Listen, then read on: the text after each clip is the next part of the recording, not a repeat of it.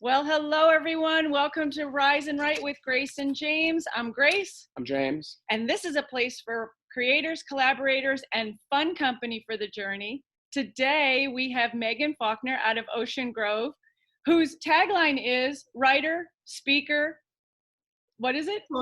Full-time fun. Full-time fun, that's right. So we're right on target.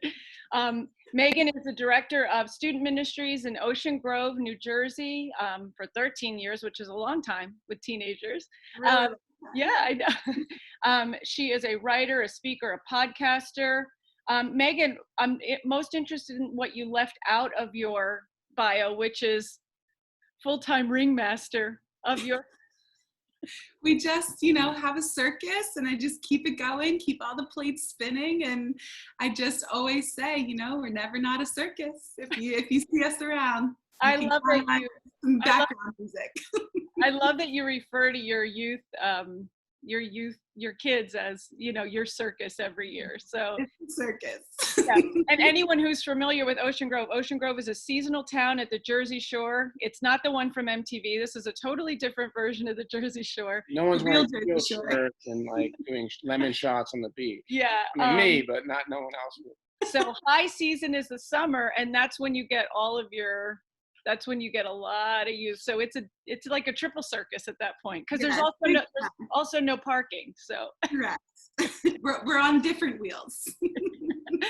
So all right. So all those titles, what are you currently working on? Tell us about your current projects. I have 2 projects that I'm currently working on that are kind of sister projects. So I have a book and a podcast. And the book is really stinking hard, so hard. No one tells you how hard the book is. It is like themselves, but yeah.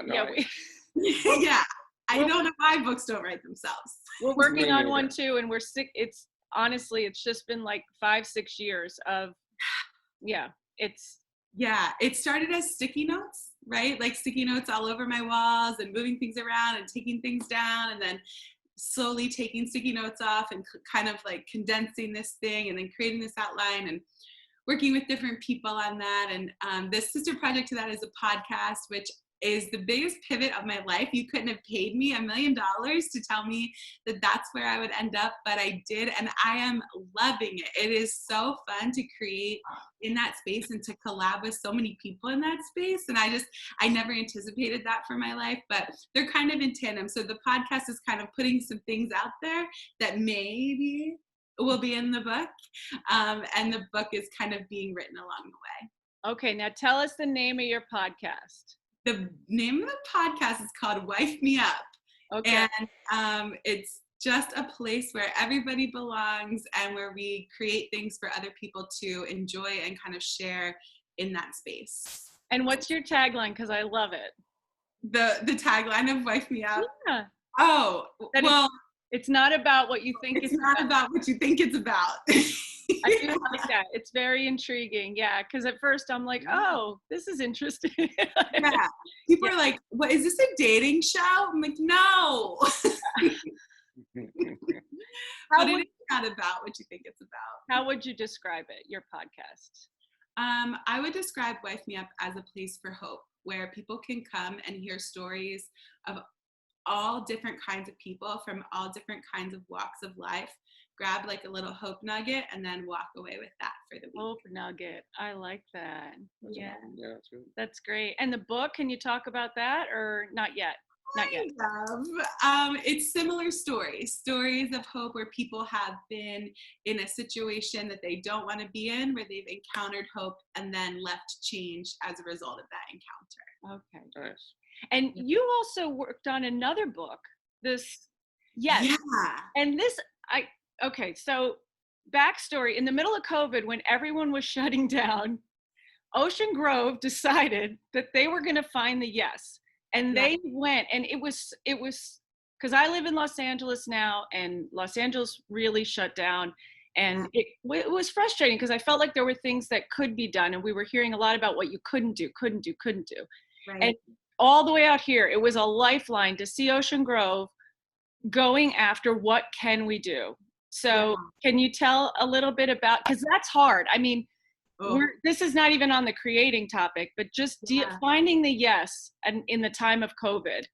So I think it's funny that you said that, because I will say it is on the creating topic, because I have never had to be more creative in my life than in that season of programming with teenagers. And my team was so passionate about finding the yes. Okay, so like you said, we're hearing all of these, no, you can't do this, no, you can't do this, no, you can't do this. And I was seeing what was happening in the lives of teenagers and in their minds and in their hearts and in their spirits. And I couldn't stand it. And I was losing sleep, not for the reasons that other people were losing sleep. I was like, I am seeing these kids and their mental health, their interactive abilities just kind of take this plummet, and it's not who they are. Like, I love this generation of teenagers. They're super cool, creative self-starters, culture creators. And so to see them in a place where their minds weren't being, like molded and shaped and captivated was scary. And so I met with my team and I just asked one question. I put out all the guidelines that were given to us, and I said, given all these guidelines, because we don't want to be like rule breakers, right? Like, we want to honor authority and we want to walk in that. But how do we get to yes? How do we get to a place where we're meeting with students regularly? And it was creation at its rawest, purest form, because we had to really engage and say, okay, we can't do this. But if we did it like this, we could do this. And everybody's throwing in ideas. And so we were able to meet with students 5 days a week, the entire time, really safely. We had no spread of virus. It was incredible. And as a result of that, a publisher reached out, was kind of following our journey on social media. A publisher reached out and was like, we're writing this book. Can you write what you're doing? Because this is crazy. And I was like, yeah, it is crazy. And I don't have time to write it, but I will write it because I'm meeting with students so much. So, their schools were shut down. So we opened for school and said, okay, you can do your virtual school, but together in our space. So that was the craziest deadline in creation I've ever had in my life. The publisher reached out on a Thursday and I had to have it in and edited by Monday. And it was Labor Day weekend and it was just a chapter. So it's doable, but it was crazy. I was like up for 2 straight days editing, calling my friend who's a high school English teacher. I need you to edit this for me. I don't know what else to do. So she did. And that was like a really cool collab, and then put it in the book. And then coincidentally, we just this week, the publisher reached back out and said, people are asking for the follow-up, because we wrote like essentially like what we're trying to do all of these things. So they just reached out for a follow-up, and we just sent in the next text of what we did. And so it's really cool, kind of this like pandemic bookend of this is what we were trying to do and this is what we actually did. Wonderful. What is the name of the book? The book is Youth Ministry in a Season of Disruption. And then it's little slices from all over different chapters. That's so exciting. Yeah, there's like 20 collaborators in it. It's so creative. It's awesome. Well, you mentioned collaborating several times. So we wanted to know, like, how do you like collaborating? What are some things that work? What are some challenges with collaborating? Like, how does it fit in with your work and your process? Yeah. So for the podcast, which is where I think I'm creating most right now, it's like a lot of my brain power is in that kind of sphere. I wouldn't make it without collaboration. We need guests and we want guests, right? And the point of our podcast is to share hope with people. And so if it's just my hope, that's one episode. Okay. Like, and then you're boring and you die. Yeah. So the collaboration it's really kind of cool, because in season 2 of Wife Me Up, I had 20 creators come on in different walks of life and different kinds of creation. So we had fitness experts and health experts. And then in addition to that, we had artists and writers and dancers and all of these different kinds of creators. And we shared kind of their process and their story. And so it was so fun to collab with them, because I felt like I learned. So I was taking notes in every interview and I felt like I learned so much. So that collab was one of my favorites in the world, because I was able to see what other people were bringing to the table and then share that with the world. And, different listeners kind of course, associate with different things or kind of attract different things. So when there's fitness people on, there's all these listeners that were like, oh, I did this workout this weekend. It was awesome. And this artist gave, kind of a recommendation. And I had some people write in like, oh, I needed that recommendation from that artist to help spur me on towards something. So I think the best part of collaboration is when you get to see other people experience someone else's ideas, and there's just kind of this like burst of creativity or burst of hope that comes from that. And I love watching that. So I'm a team player. I'm a really good teammate. And so collaboration is my preferred method of creativity, really. And then also all the onus isn't on me. So if it fails, I'm not the only one who fails. Right. Does anyone tell you no, Megan? Can anyone muster a no against your spirit? So far. You're like impervious. Yeah. I really just say, when would you like to be on Wife Me Up? I don't really say like, would you like to? Go out. I like that. Yeah, I like that. That's fun. And then, so all these projects going on, like you have so much, and you're doing and preaching on Sunday sometimes on top right. of it. Yeah. How do you structure your day? I know coffee is extremely important to you. My number one favorite. But how else do you structure your day so you can get all this done? Because I'm sure once the teenagers move in, it's all about them. It's done. Yep. So on the Enneagram, do you guys know Enneagram? Yes. Oh, yeah. Yeah, absolutely. Okay. So I'm a 3. I love the Enneagram. I'm a 3, so I'm the achiever, like high achiever. And I really value structure. And then in the Myers-Briggs, I'm ESTJ. So they kind of match up and are the same, like extroverted but thinker. And so for the day, my morning routine and my night routine are the same every day, no matter what, no matter where I am, no matter if I'm traveling, if I'm home. And that's really important to me and has provided this kind of safety net of no matter what, these two things are consistent, and it builds in little time. So I wake up, I chug a cup of coffee to open my eyes, and then I pour the second cup of coffee to do all the things. So the coffee is extremely important. But the morning routine involves some quiet time, some movement, and like a very nourishing kind of nutrient dense meal, which is super important to the rest of the day. Yeah. And a 10-minute timer that no matter what, I'm writing for 10 minutes every single morning. Because what's 10 minutes? I can waste 10 minutes so easily scrolling or taking out the trash or doing something else. So productivity to me helps me feel like really safe and really valued, and like I have worth, or the day has had worth. And so I just I make my bed and I set a 10-minute timer, and I sit down and I write for 10 minutes every morning, no matter what. And I could be in a rush and I will just be late. I will just be late because no matter what, I have to do that for 10 minutes. And that's helped move the project along, which is really, other people are grateful for that timer. But it also helps me kind of have no matter what, I accomplish something for that project for the day. And that feels really good to me. And the nighttime routine is really similar. I don't set a writing timer, but I have this is funny to say out loud. I just told my friend this the other day and she was cracking up.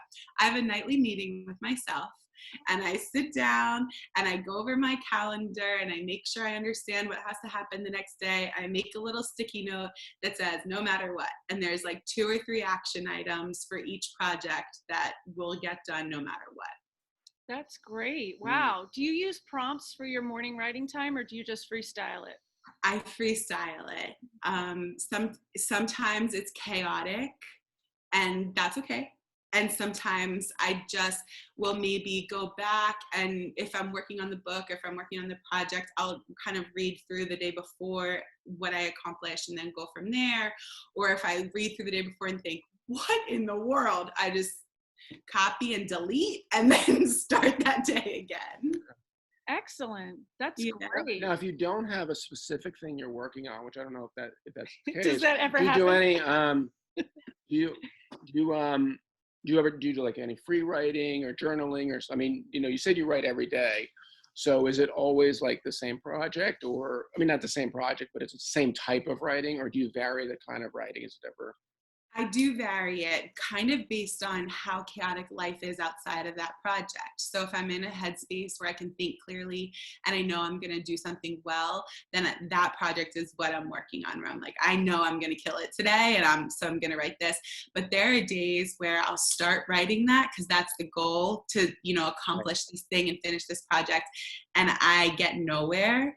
And so I will shut my computer down, open my journal, and just start writing, and that is what I need in the day. And I just have to trust that. I just have to trust that, okay, that actually did help accomplish the project, because if I didn't clear that out, I couldn't get the other stuff out to be productive in what I'm working on. Have you heard of Julian Cameron's morning pages? It's kind of what you're talking about. No, but I'm writing that down right now. It's the basically, the book is The Artist's Way.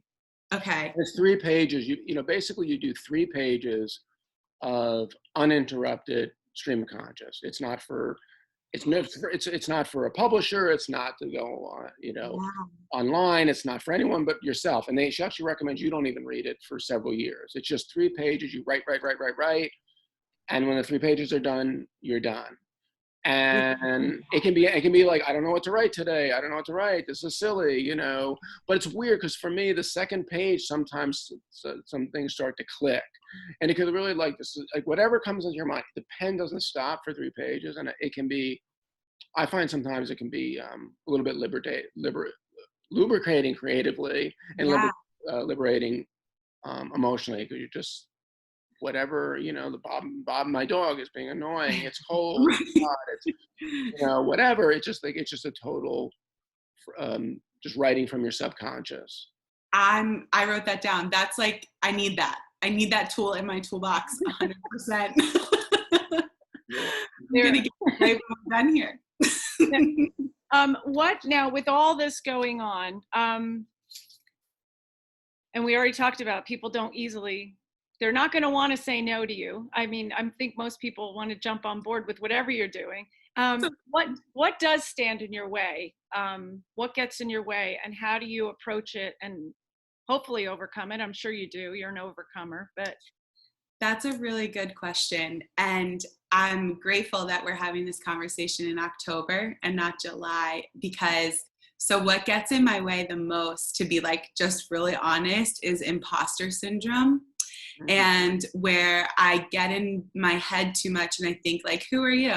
Why are you writing about this? Why does anybody care what you say? You're not the girl. And, you know, you're never going to sell this book or post this thing. Nobody cares what you're saying, Megan. And I just kind of get like, you're not a writer. You're just, you know, you're a youth pastor and you do that really well. So just do that.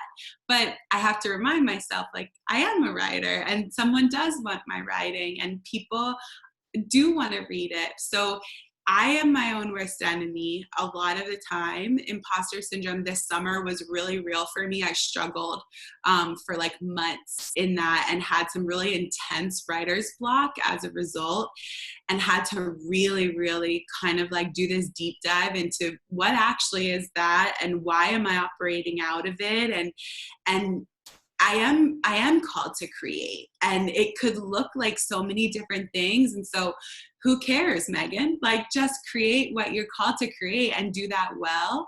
But I felt like I wasn't even in a place where I could do that well, because I was so concerned about what someone else would think of it, or if they thought I was a fraud, or, you know, like, she's just trying to be a content creator, which I'm not. Like, I just want people to experience hope. That's it. And so there's just these avenues where you can get that done. But I stand in my own way the most. I have 2 follow-up questions to that. Yeah. You are a content creator. I mean, right. Who cares? You have 3 seasons of content on your podcast. You have a blog. As a preacher, I mean, anyone who pastors is a content creator, because every week you have a deadline. Correct. So, yeah, you are a content. Yeah. In the most realist of terms. What was it about, if you can, what was it about this summer that imposter syndrome got hold? Yeah, I'm trying to deep dive into that actually, because I never want this to happen again. So, and in my like Enneagram 3, I will fix this, I will achieve, I will overcome this thing. So I am trying to deep dive into that right now. I am not sure if it was just kind of time. Like I specifically took this summer and set 10 weeks aside for this project, for writing only. So it was like my full-time job this summer to like do this thing. And I'm not sure if I got in my head about that. Like if it was like, you have 10 weeks. Well, no, you don't. If it takes 10 years, Megan, it takes like, you're called to do what you're called to do. And whatever the timing of that is, the timing of that is, and just to like let myself be free. The other thing is, I think that I was in a circle of people who within kind of like this writing cohort that I work with, where these women were really high achieving, like making all these benchmarks, very like one after another. And so then the comparison trap comes into play, where I'm like, oh, I didn't do that yet. Or I didn't think about that, or I didn't know I had to do it. I'm new at this publishing thing. I don't really know anything except that I'm writing and people like it, and then they're asking for more things. Yeah. So that, I think I think it just compounded in this comparison trap, this time crunch that I made up for myself, that no one put on me. I did that to me, and all of these things. I think this imposter syndrome just was like overtaking. My friends would come over and I would be like, I have writer's block. I need you to do something funny, like entertain me and let me see like what happens if I can. And I could get nothing. I could barely even write in my journal. Wow. Yeah. So have you gotten a little past that, and how did you use techniques? Did you consciously or intentionally try to employ things that overcame it, or what, did it just fade out? Yeah, no, I very consciously employed some things. So I took a complete week off where I did nothing for it. I just said, I'm not going to think about it. I'm not going to do it. I'm going to enjoy. I'm going to go to the beach. I'm going to swim. I'm going to ride my bike. I'm going to take a walk. Like, I'm not going to participate in any part of this writing, because at that point it had become a burden. And I don't want to operate out of a burden. I want to operate out of freedom and excitement for whatever project. And so I took a complete week off. I didn't open my computer once. I didn't open my journal. I just was like, you're not creating. You're just experiencing the world around you, like grounding, putting my bare feet on the ground, like breathing salt air, getting vitamin D, like get back to center, and then move on. And so I did. That was super helpful. And then I changed locations the next week. Every single day I went somewhere different to write. So I moved out of my dining room. I went to a coffee shop. I went to a friend's house. I went to my backyard. I wrote on my porch. Like, I never wrote in the same spot where I was once stuck. So I think the unsticking required some movement, and that was also really helpful. I was kind of boxing myself into like, this is where I write, and at this desk I do my best writing. Well, that's a lie. You can do your best writing anywhere your brain is. And so and that will always be with you. So then I just moved and changed my scenery. And then it has been much better after those 2 weeks, for sure. So do you continue now to move around when you're working, or are you back in your office? You do. I move. Yeah, it works for me, and I'm just embracing it. And there might be a day, right, where I go back to the desk and say like, this is where I write. But for now, I'm moving. That's fast. You know, when I was commuting, this is a sidebar just for a second. When I was commuting into New York for my corporate job, I would write on the train on the way home on my laptop. And I always swore that if I ever had the chance to write full time, that I wouldn't rent an office. I would buy a train pass and just get it, because it's timed. It's timed. It's a limited amount of time. So take the train in, right, and work, and then you have beautiful scenery going by. There's fascinating people, but but you're limited to, like, you can't get up and walk around or clean the kitchen or anything. You know what I mean? So yeah, no, that's so relatable. And I think that there's so many of us who are creators who box ourselves into, this is how we do it. And that's just not true. However you do it is how you do it. And so, yeah, right, like wherever you are, if you are the creator, wherever you are can be creation. And so it doesn't really matter if you're in your dining room or on a train or in a coffee shop or at the beach. If your brain is there and your heart is there, then this thing will come out of it. And so I had to untrap myself, really. that's fascinating. Wow. I love that idea. You know, we've listened to many hours of writers being interviewed, and one of our favorite podcasts is The Moment with Brian Koppelman. He's showrunner and co-creator of Billions. Are you familiar with him? Yes. Yeah. Yeah, he's terrific. And he's interviewed tons of writers, and every one of them has a different process and a different way they write. There's no one, it's not like they all say, well, I just have an office and I write from 9 to 5 every day. It's like some write in the evening, some write in the morning, some write in the middle of the night. I mean, some write in coffee shop. I mean, everybody it's different. And there's no one way that, you know, there's similarities in terms of the work that they produce. I mean, they definitely produce work, but how they do it and where they do it is, it changes completely. You know? I think that's like a beautiful testimony to how we are created, right? Like there's so many different books and podcasts and art shows and all of the TV shows and movies. And it would be so boring if we all wrote the same way, the same place, the same time. I think it's awesome that we have like those different things as creators that make us kind of tick, and then we don't know what spurs on somebody else from where we've been, or seeing I'm writing in a coffee shop and maybe somebody else is stuck, but they're in line buying their okay, that girl's writing, I'm gonna go home and write today. We don't know what's created out of that, you know. Like I just feel like it's like kind of this evolving living testimony to, let's just keep doing this thing. We're all creating something, so let's just spur one another on in this kind of creation, you know, explosion. Yes. And so many tools now to be able to do it. I mean, just like this. Zoom is amazing. This didn't exist 10 years ago. One of my, I don't know if I sent you this question, but what are your tools? Like, what are you using? What are your favorite go-to? Like specifically, you mean? Yeah. I'm so simple. I'm such a simple girl. My whole book right now is in a Google Drive. So I'm just me and Google. Everybody in my, like, there's women in these writing cohort I was talking about, like Scrivener and all of these like beautiful like book programs. And I launched one of those. I opened this account and it was so overwhelming to me. And I felt like it was these different ones were boxing me into like, this is how you do it. And I was like, I can't create like that. I need a little more freedom in what that could look like.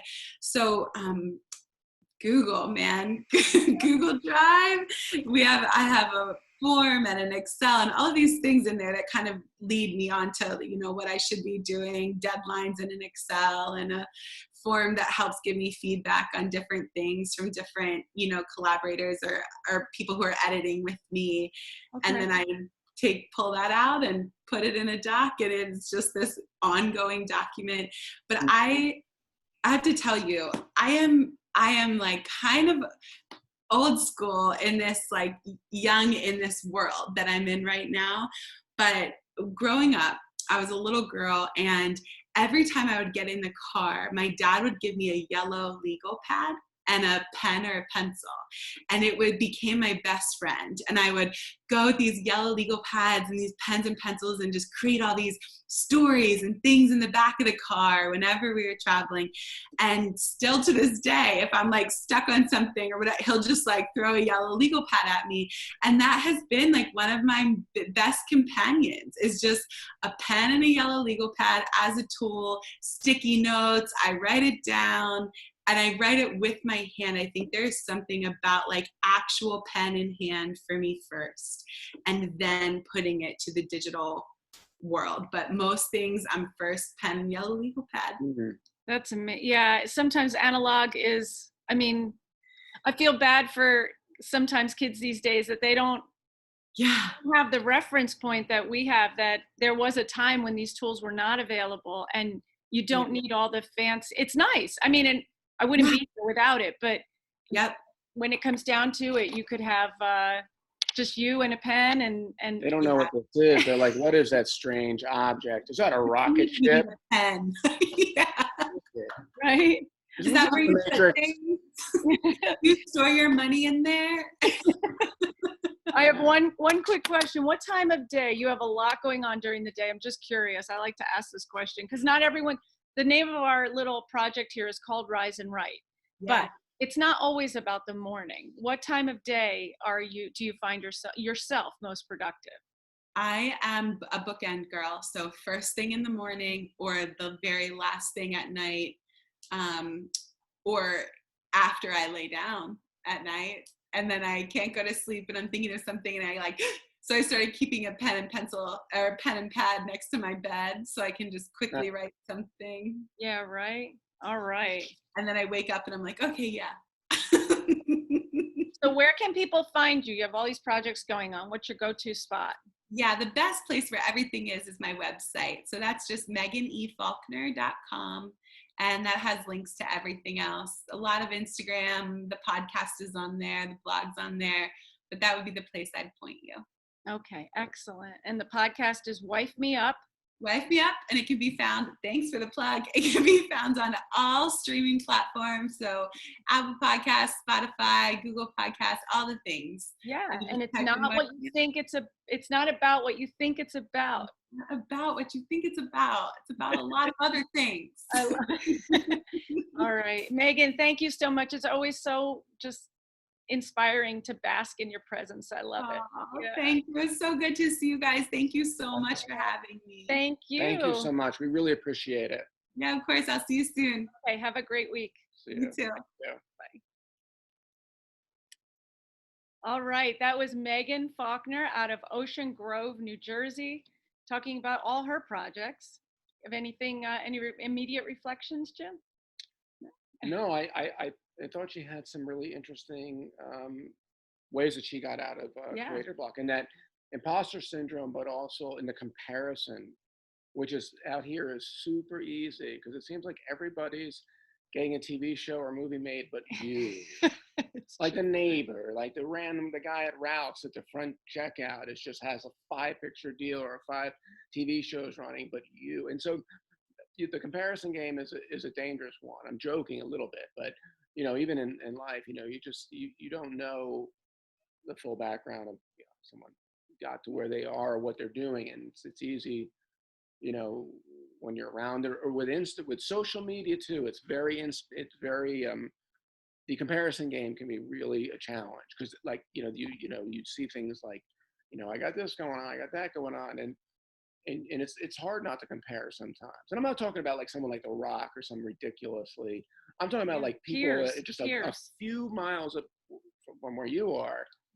Yeah. Peers is Yeah.